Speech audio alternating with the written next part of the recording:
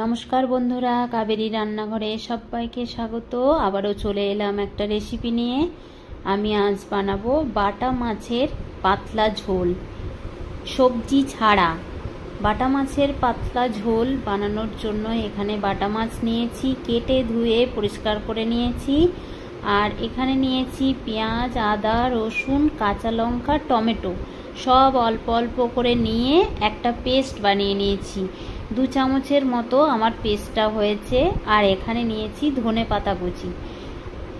আর গ্যাসে একটা কড়াই বসিয়ে দিয়েছি, দিয়ে দেব সর্ষের তেল। আমি রান্নাটা সর্ষের তেলেই করব।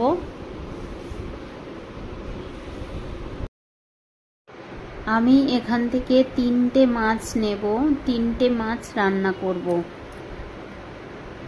আপনারা চাইলে আপনাদের পরিমাণ মতো নিতে পারেন। এখানে আমার 3টেই লাগবে, তাই আমি 3টে মাছই রান্না করব।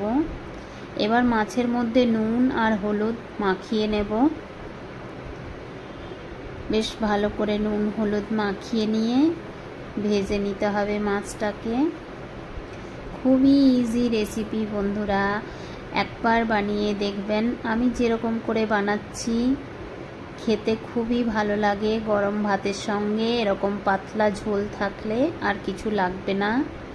সবজি ছাড়া বাটা মাছের পাতলা ঝোল।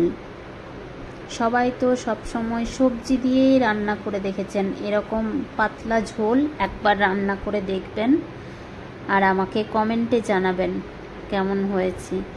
মাছের মধ্যে নুন হলুদ ভালোভাবে মাখিয়ে নিয়েছি। এইবার তেলের মধ্যে ছেড়ে দেব।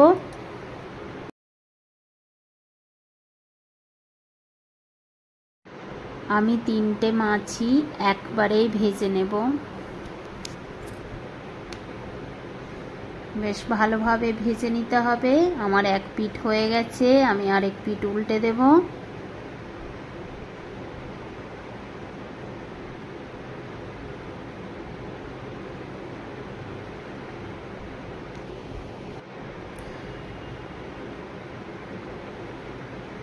উল্টে দিয়েছি আমি। মাছগুলো আমার ভাজা হয়ে গেছে, এবার তুলে রাখবো।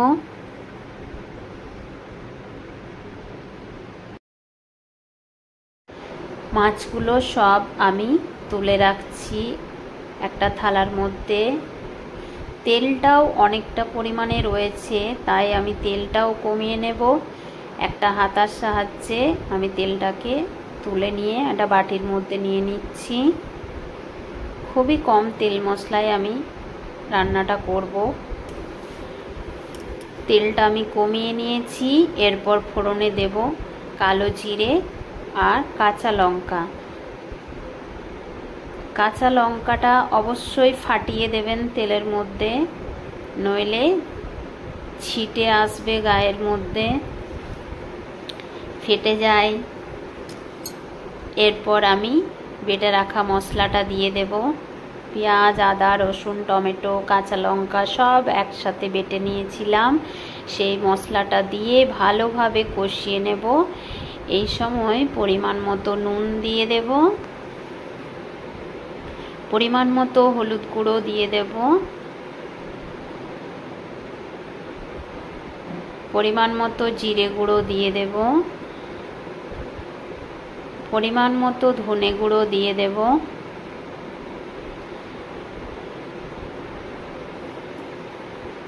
এবার ভালোভাবে কষিয়ে নেব। আমি এখানে কোনো গুঁড়ো লঙ্কা, কালার লঙ্কা কিচ্ছু ব্যবহার করব না। এরপর দিয়ে দেব চিনি, পরিমাণ মতো চিনি দিয়ে দেব। বেশ ভালোভাবে কষিয়ে নেব মশলাটা।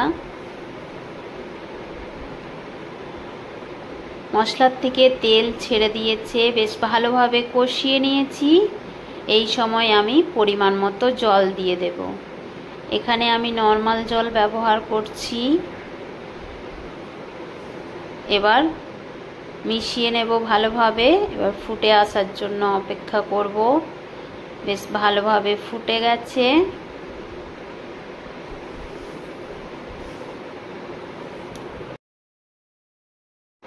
জল দিয়ে 2-3 মিনিট বেশ ভালোভাবে ফুটিয়ে নিয়েছি। 2-3 মিনিট ফুটে গেছে ঝোলটা। এরপর ভেজে রাখা মাছগুলো দিয়ে দেব। মাছগুলো দিয়েও আমি 3 মিনিটের মতো ফুটিয়ে নেব।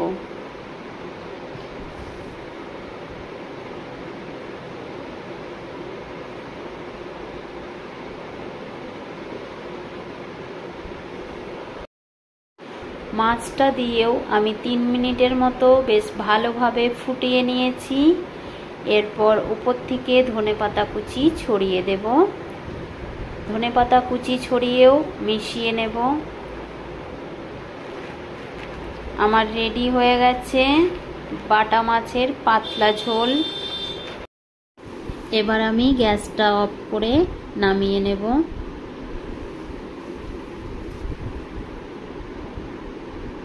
গরম ভাতের সঙ্গে খেতে খুবই ভালো লাগে। আমি নামিয়ে নিয়েছি। প্লিজ আমার ভিডিওগুলো যদি আপনাদের ভালো লেগে থাকে তাহলে লাইক, শেয়ার, সাবস্ক্রাইব, কমেন্ট করবেন। এতক্ষণ ধরে ধৈর্য ধরে আমার ভিডিওটি দেখার জন্য অসংখ্য অসংখ্য ধন্যবাদ সকল বন্ধুদের।